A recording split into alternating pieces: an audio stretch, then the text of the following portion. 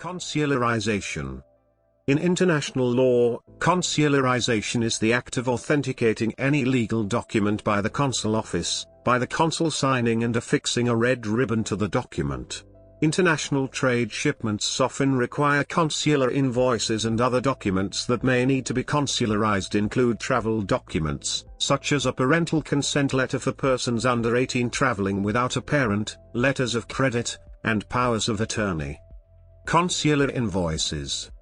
A consular invoice is a document, often in triplicate, submitted to the consul or embassy of a country to which goods are to be exported before the goods are sent abroad.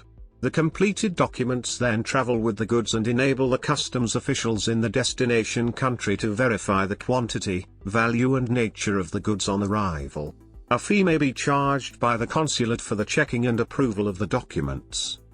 At the General Agreement on Tariffs and Trade Round in 1952, it was proposed that consularization of commercial invoices be abolished. In 2005, the United States and Uganda submitted a proposal to the World Trade Organization to abolish consularization.